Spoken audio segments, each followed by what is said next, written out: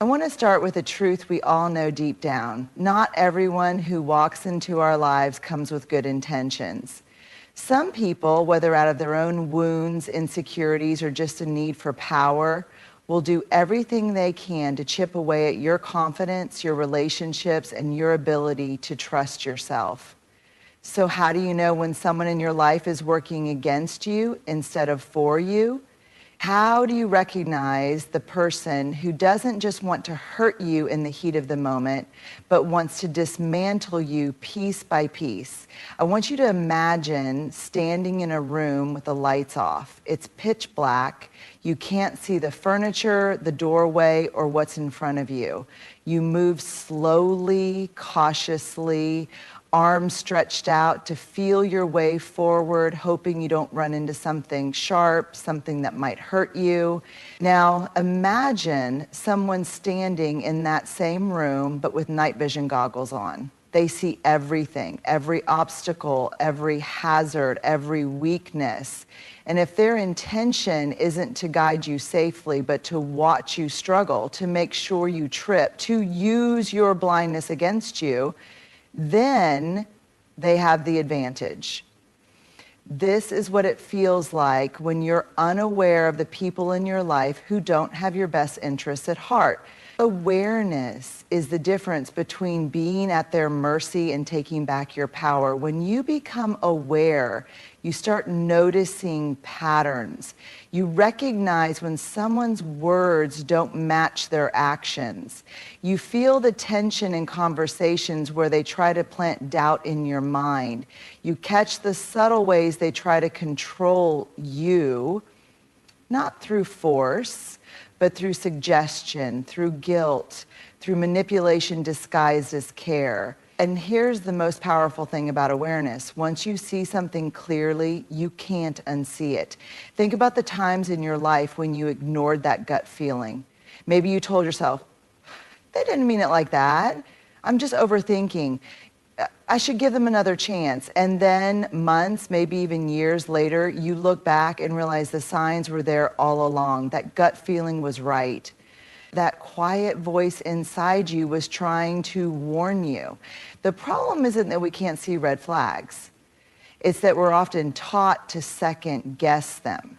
We are taught to be understanding, to be patient, to assume the best in people.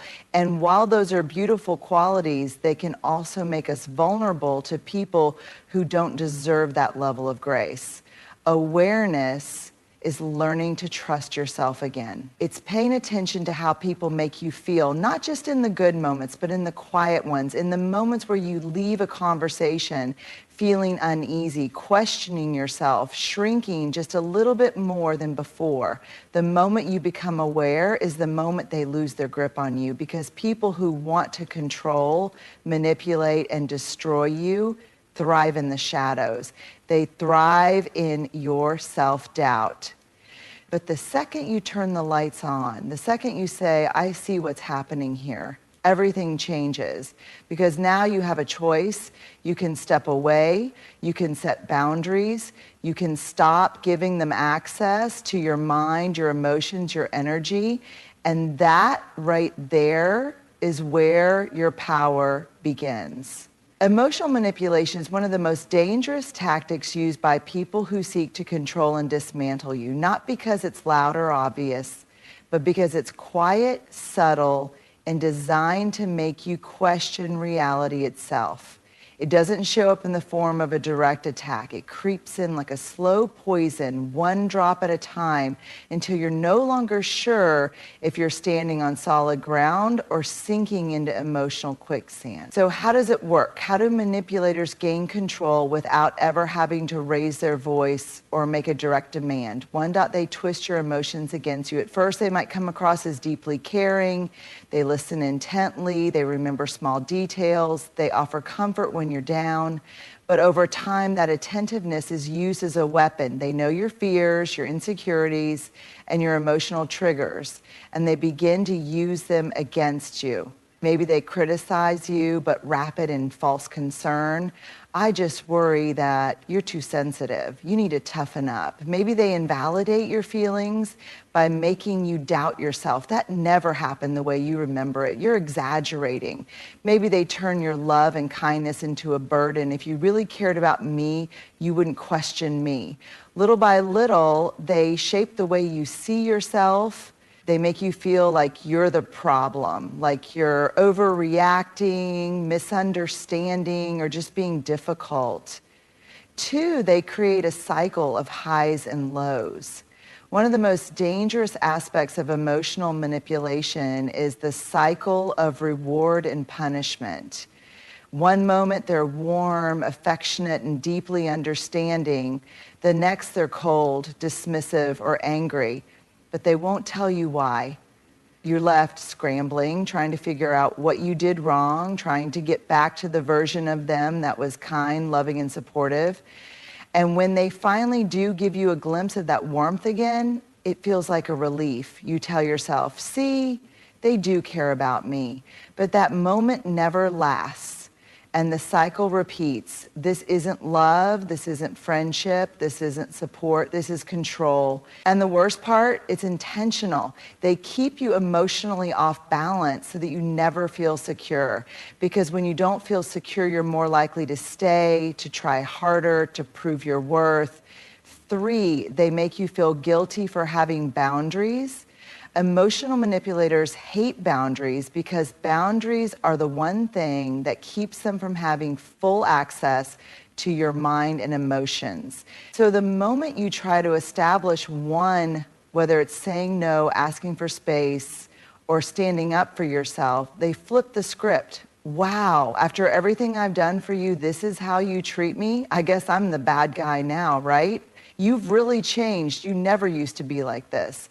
And suddenly, you're the one apologizing. You're the one feeling guilty. You're the one questioning whether you're being too harsh, too demanding, too selfish. But let me be clear, setting boundaries is not selfish. Protecting your peace is not selfish. Saying no to manipulation is not selfish. The person who truly cares about you won't try to make you feel bad for doing what's best for you for themselves. They make themselves the victim. No matter what happens, no matter how much harm they cause, an emotional manipulator will always find a way to make themselves the victim. You call them out for hurting you, suddenly they're the one who's hurt because of how you confronted them. You distance yourself because their presence drains you. Now they're telling everyone how cold and heartless you've become. You stand up for yourself after months or years of being treated unfairly. Now they're saying, I don't know what happened to you. You used to be so kind. They rewrite the story so that they are the one who has been wronged, and you are the one who should feel bad for speaking up. This is not accountability. This is manipulation. 5, the silent treatment and emotional withholding. There's another tactic emotional manipulators use when they can't control you through guilt or distortion. They control you through silence.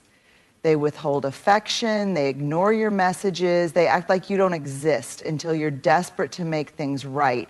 And then when they finally do acknowledge you again, you feel relieved. But that's the trick. They want you to associate emotional security with their approval. They want you to crave their validation. And once they know you'll do anything to avoid their silence, they own you. How do you break free? Awareness is step 1. Once you recognize manipulation, it starts to lose its power. The next step, stop playing the game. Stop explaining yourself to someone who is committed to misunderstanding you. Stop seeking approval from someone who thrives on making you doubt yourself. Stop trying to fix a dynamic that was designed to keep you small. The truth is, you don't owe anyone unlimited access to your emotions. You don't owe anyone endless chances. And you don't have to carry the weight of someone else's emotional dysfunction. People who love you won't use your emotions as weapons. People who respect you won't make you question your own reality. And people who truly value you will never, ever need to manipulate you to keep you close. You deserve better. And the moment you decide to walk away, to stop explaining, to stop justifying, to stop playing their game, you win. Self-worth is like the foundation of a house. When it's strong, everything built on top of it, your confidence, your relationships, your decisions, stands tall. But when someone deliberately chips away at it, little by little, that foundation weakens. And before you even realize what's happening, your sense of self is no longer solid ground, it's rubble. And that's exactly how people who seek to destroy you operate. They don't launch full-scale attacks on your confidence overnight. They don't tell you in one day that you're worthless, incapable, or undeserving. No, they do it in pieces. They wear you down bit by bit until one day you're standing in front of the mirror and they didn't mean it that way. I'm overthinking. But then it keeps happening. Over time, these tiny moments accumulate. They settle into your subconscious, and one day you start second-guessing yourself in ways you never used to. You hesitate before speaking up. You doubt whether your ideas are good enough. You stop wearing the things that make you feel good. You stop pursuing the dreams you once believed in, not because you suddenly lost all your talents, intelligence, or beauty, but because someone carefully, strategically, and persistently made you question them. 2, they redefine your identity. For you, at the core of self-worth is self-perception, how you see yourself. And manipulators know that if they can control that, they can control everything. So they start shifting the narrative about who you are. You're not ambitious. You're unrealistic. You're not strong-willed. You're difficult, you're not passionate, you're too emotional, you're not independent, you're selfish. And the more they repeat it, the more you absorb it, because let's be honest, when someone you care about keeps defining you in a certain way, a part of you starts to believe them. You start to reshape yourself around their perception, even if it's completely false. And that's exactly what they want, because the more they can distort your self-picture, the more control they have over your choices, your confidence, and your willingness to challenge them. 3, they condition you to seek their approval. One of the most dangerous tactics in the erosion of self-worth is conditioning. They create a system where your value is no longer something you define, it's something they get to decide. When they approve of you, they reward you with kindness, attention, and affection. When they disapprove, they withdraw, criticize, or belittle. And without realizing it, you start shaping your behavior around their approval. You stop saying things that might upset them. You avoid choices that might make them uncomfortable. You start prioritizing their opinions over your own, not because you don't have your own voice, but because every time you use it, it feels like you're risking something: love, connection, peace. And eventually you start believing that keeping them happy is more important than being yourself. 4, they make you dependent on their validation. At first, you might have been someone who didn't need external validation. You made decisions with confidence, trusted your instincts, and knew your worth. But over time, they train you to depend on their opinion to feel okay about yourself. They dismiss your ideas until you start asking for their input on everything. They criticize your choices until you're too afraid to make them on your own. They mock your emotions until you start wondering if your feelings are even valid. And suddenly you find yourself waiting for them to tell you who you are, what you should do, and whether you're enough. That's not love, that's not friendship, that's control. 5. Jung knows the normalized disrespect. When your self-worth is intact, disrespect is non-negotiable. You walk away from people who belittle you, dismiss your feelings, or treat you as less than. But when someone erodes that self-worth, they shift your standards. They make mistreatment feel normal. The first time they insult you, they say they were joking. The first time they ignore your feelings, they say, You're being too sensitive. The first time they lie, they say it was for your own good. And little by little, you start accepting behavior you never would have tolerated before. Because when they've spent months or years convincing you that you're not that special, not that smart, not that lovable, you start to believe that maybe you don't deserve better. That is how they win. How do you rebuild your self-worth? The good news, what was broken can be rebuilt. Here's the truth. The person you were before they tried to tear you down, that person is still in there. Maybe quieter, maybe bruised, but not gone. The first step is recognizing the lies they made you believe. The second step is rejecting them. And the third step, the hardest step, is choosing yourself again. You stop waiting for their approval. You stop explaining yourself to people committed to misunderstanding you. You remind yourself of who you were before they tried to shrink you, and you take up space again. You are not too much. You are not too sensitive. You are not unworthy. You are enough exactly as you are. And the moment you decide to believe that again, the moment you decide to reclaim yourself, they lose. Imagine you're in a room filled with people who love and support you. They remind you who you are.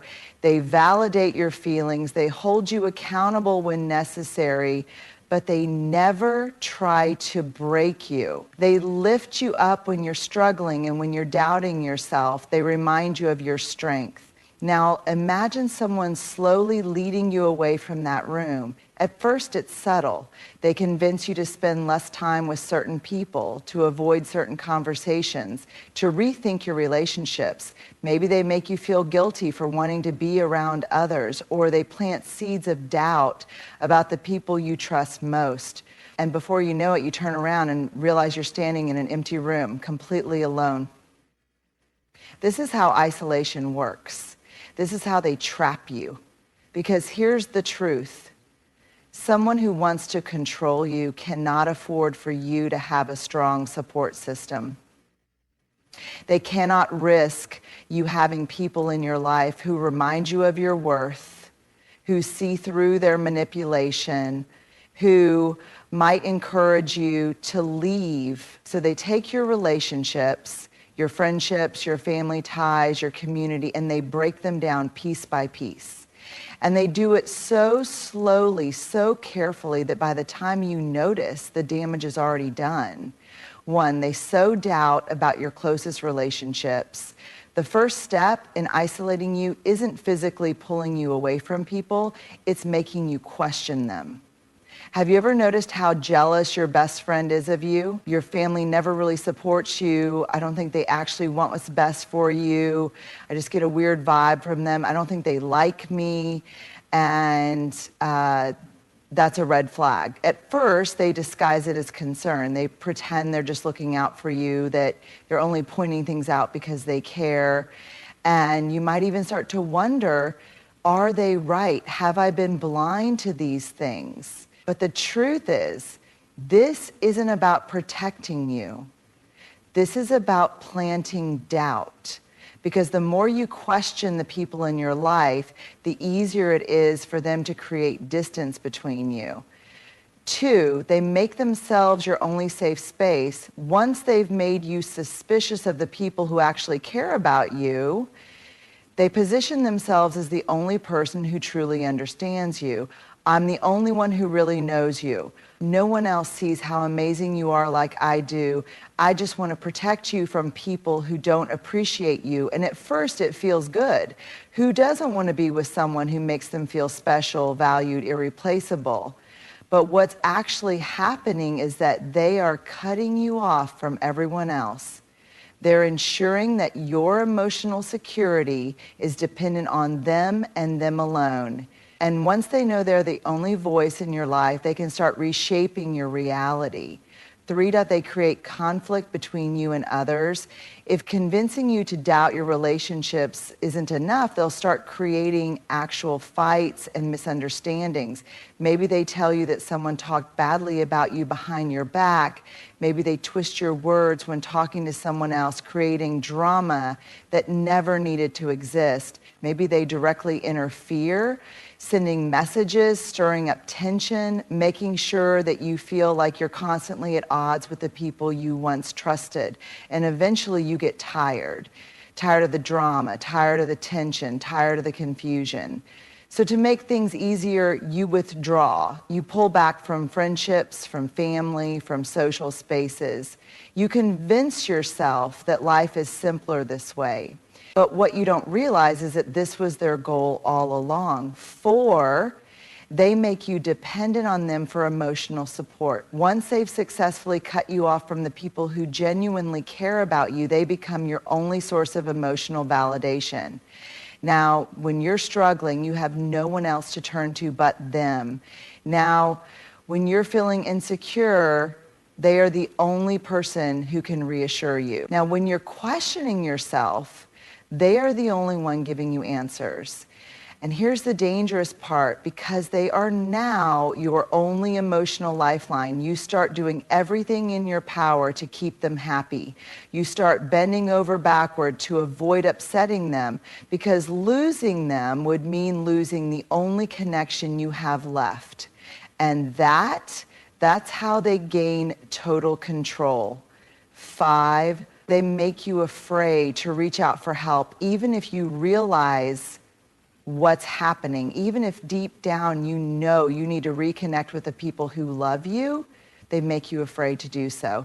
They convince you that no one will understand, that it's too late to rebuild those relationships, that people will judge you for staying with them so long. And so you stay, not because you want to, not because you don't feel the loneliness creeping in, but because they have made the outside world feel like a place you no longer belong. How do you break free? The first step is recognizing what has happened. If you look around and realize that you've lost connection with the people who once mattered to you, ask yourself, did this distance happen naturally, or was it encouraged, manipulated, created by someone else? Then remind yourself that it is never too late to rebuild. The people who truly care about you, they never stop caring. They may be hurt, they may need time, but they are still there. And reaching out, sending that first message, making that first call, showing up again will always be worth it. And most importantly, you deserve relationships that don't require isolation. Real love does not ask you to shrink your circle. Real love does not demand that you cut off people who have been good to you. Real love does not make you feel alone. The moment you recognize that someone is using isolation as a weapon against you, you have already started to win. Because now you can take your power back, you can reclaim your space, your relationships, your support system. And once you do, once you reconnect with the people who truly have your best interest at heart, they lose. When we think of control, we often imagine it as something obvious, someone barking orders, demanding obedience, or using threats to get their way. But the most dangerous kind of control doesn't look like control at all. It looks like love. It looks like concern. It looks like someone who just wants what's best for you. And that's exactly why it's so dangerous, because when control is wrapped in the language of care, it doesn't feel like manipulation. It feels like protection. It doesn't feel like being trapped. It feels like being looked after. And by the time you realize what's happening, the walls have already closed in around you. So how do you recognize it? How do you tell the difference between real care and control disguised as care? 1, they insist they know what's best for you. At first, it feels like guidance. They give you advice. They help you make decisions. They share their perspective on your choices. And that's normal, right? That's what people do when they care about you. But then you start to notice a pattern. Their advice isn't just advice, it's an expectation. Their opinion isn't just an opinion, it's the only right answer. And when you make a different choice than the one they suggested, they don't just disagree, they make you feel like you've made a mistake. I just don't want to see you get hurt. I know you better than anyone, and I know this isn't right for you. If you would just listen to me, everything would be easier.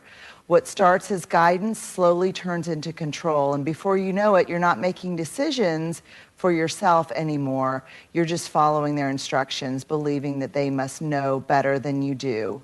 2, they make you feel guilty for your independence.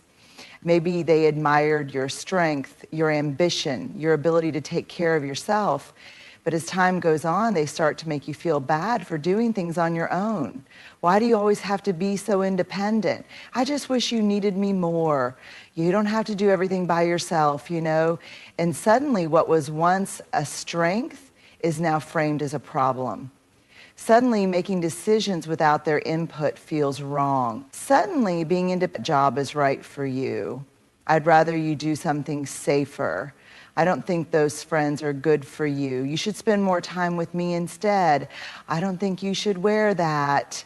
It doesn't suit you. And before you realize it, your choices are no longer yours. They've been replaced by what they want, what they think is best, what makes them comfortable. And the worst part, you didn't even notice it happening because they never demanded it outright. They made it seem like care, like guidance, like love, for they keep you dependent on their approval. One of the most powerful ways to control someone is to make them crave your approval. At first, they shower you with praise when you do something they like. They tell you how proud they are, how much they love you, how much they appreciate you. And that feels good. It feels like validation, like security, like love. But then when you make a choice they don't like, the warmth disappears. They withdraw, they sulk, maybe they get passive aggressive, maybe they go silent. And suddenly, you're left wondering, what did I do wrong? And so without even realizing it, you start making choices not based on what's right for you, but based on what will make them happy. You stop following your own instincts and start chasing their approval. That's not love, that's control. 5, they frame control as protection. This is the most dangerous trick of all. When they tell you what to do, limit your choices, or discourage your independence, they don't do it with anger. They don't frame it as control. They frame it as protection. I just don't want to see you struggle. I worry about you too much. I need to know you're safe. I just love you so much. I can't bear to see you make the wrong decision. And so instead of resisting, instead of seeing it for what it is, you start to believe it. You start to see their control as love, their limitations as care, their restrictions as protection. And you begin to shrink. You begin to silence your own voice. You begin to lose yourself in the name of keeping them happy. How do you break free? The first step is recognizing the difference between real care and control disguised as care. Real care empowers you. Control disguised as care limits you. Real care respects your choices. Control disguised as care replaces them with its own. Real care gives you space to grow. Control disguised as care keeps you small. So ask yourself, do I feel like my choices are my own, or do I feel like I'm constantly seeking their approval? Do I feel supported in my independence, or do I feel guilty for wanting it? Do I feel free to be myself, or do I feel like I have to fit into what makes them comfortable? Because love should feel like freedom, not a cage. And the moment you recognize the difference, the moment you start making decisions for yourself again, their power over you begins to crumble. You do not owe anyone your obedience. You do not owe anyone control over your life. You do not owe anyone the right to shrink you under the disguise of love, because real love never asks you to surrender yourself. And the moment you decide to reclaim your choices, your voice, and your independence, they lose freedom. It's a word we all understand on the surface, but when it comes to our personal lives, our relationships, our choices, our sense of self, freedom can become more complicated. Because sometimes we don't even realize we've lost it. Freedom isn't just about physical independence. It's about emotional and mental liberation. It's about breaking free from control, manipulation, and toxic influences that keep us small. It's about stepping out of the shadow of someone else's expectations and standing fully in who we are. But here's the truth. The path to freedom isn't always easy. It's not a single dramatic moment where you suddenly break free and never look back. It's a journey, a process, a fight to unlearn what you've been conditioned to accept and rebuild the strength you didn't realize you had lost. And that journey begins with a single decision. I deserve better. Step 1. Recognizing that you are not free, the first step to reclaiming your freedom is admitting that you've lost it. And this is harder than it sounds, because when someone has spent months, maybe even years, convincing you that their control is love, that their limitations are protection, that their manipulation is care, it doesn't feel like a cage, it feels like safety. So how do you know when you've lost your freedom? When your choices no longer feel like your own.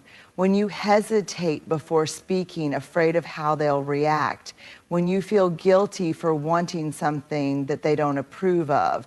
When you've lost relationships, dreams, and parts of yourself to keep them happy. When you feel exhausted, not just physically, but emotionally and mentally, because you are constantly trying to meet their expectations. Recognizing these signs is painful. It forces you to face the reality that someone you trusted, someone you loved, has taken more from you than you realized. But here's what you need to understand. This is not your fault. You did not allow this to happen because you were weak. You did not stay because you were foolish. You stayed because you believed in love, in care, in the good in people.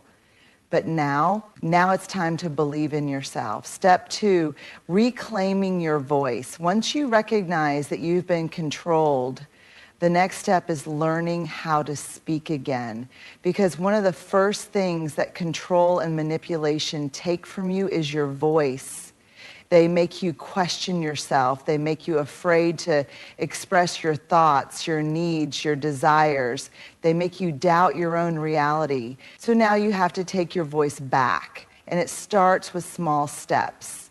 Speaking up even when it feels scary. Saying no without justifying it. Expressing your needs without apology. Allowing yourself to have opinions even if they go against what they want. At first, it will feel uncomfortable. You'll feel resistance, both from them and from within yourself. But the more you use your voice, the stronger it becomes. And the stronger it becomes, the harder it is for them to silence you. Step 3, rebuilding your support system. When someone wants to control you, the first thing they do is isolate you. They take your relationships, your friends, your family, your community, and break them down piece by piece, because they know that if you have people around you who truly care about you, people who remind you of your worth, their control will start to slip. So now you have to reconnect. And this part can feel overwhelming. Maybe you're afraid that too much time has passed. Maybe you're ashamed of how long you stayed in the situation. Maybe you worry that people won't understand.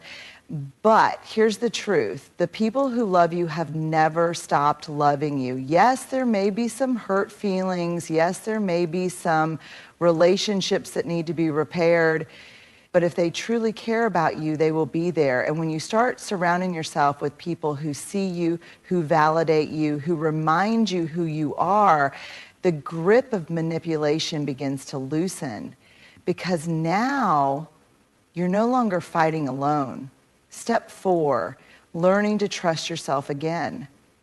One of the most damaging effects of being controlled is that it makes you doubt yourself. You've been told for so long that your instincts are wrong, that your feelings are overreactions, that your choices aren't the right ones. And after a while, you start to believe it. So even when you finally break free, you may find yourself struggling to trust your own judgment. What if I'm wrong? What if I make another bad decision?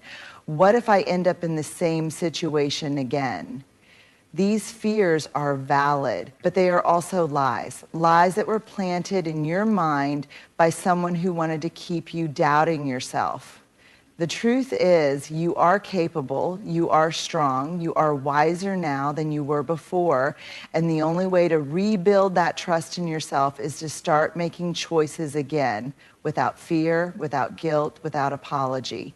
At first, it will feel uncertain. But every time you make a choice and see that you were right, every time you listen to your intuition and realize it was guiding you in the right direction, your confidence will grow, and soon you will trust yourself more than you ever trusted them.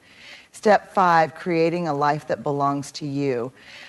Freedom isn't just about breaking away from control, it's about deciding what comes next. Because now you are not just leaving something behind, you are stepping into something new.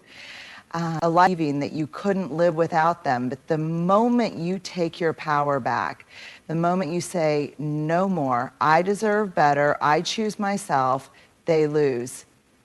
Because they can no longer reach you, they can no longer control you, they can no longer manipulate you into believing that their love was real love.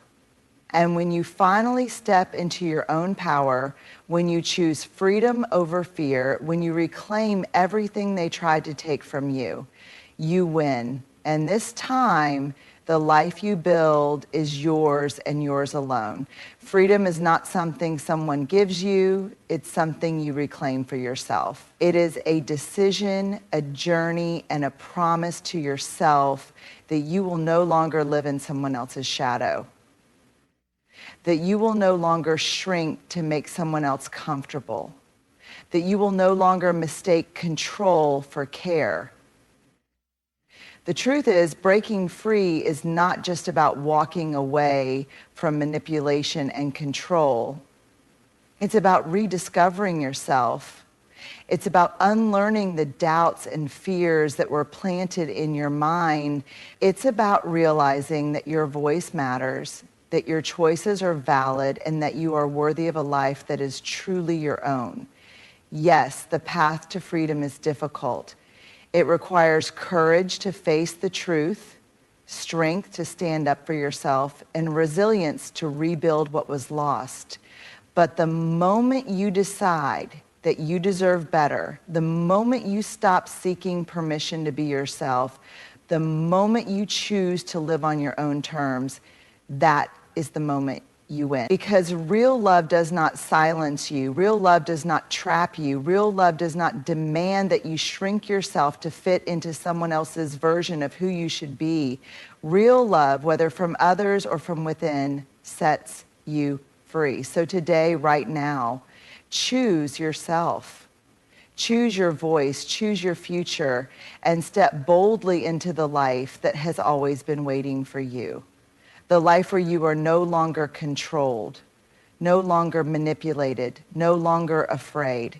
And a life where you are finally, completely, and unapologetically free.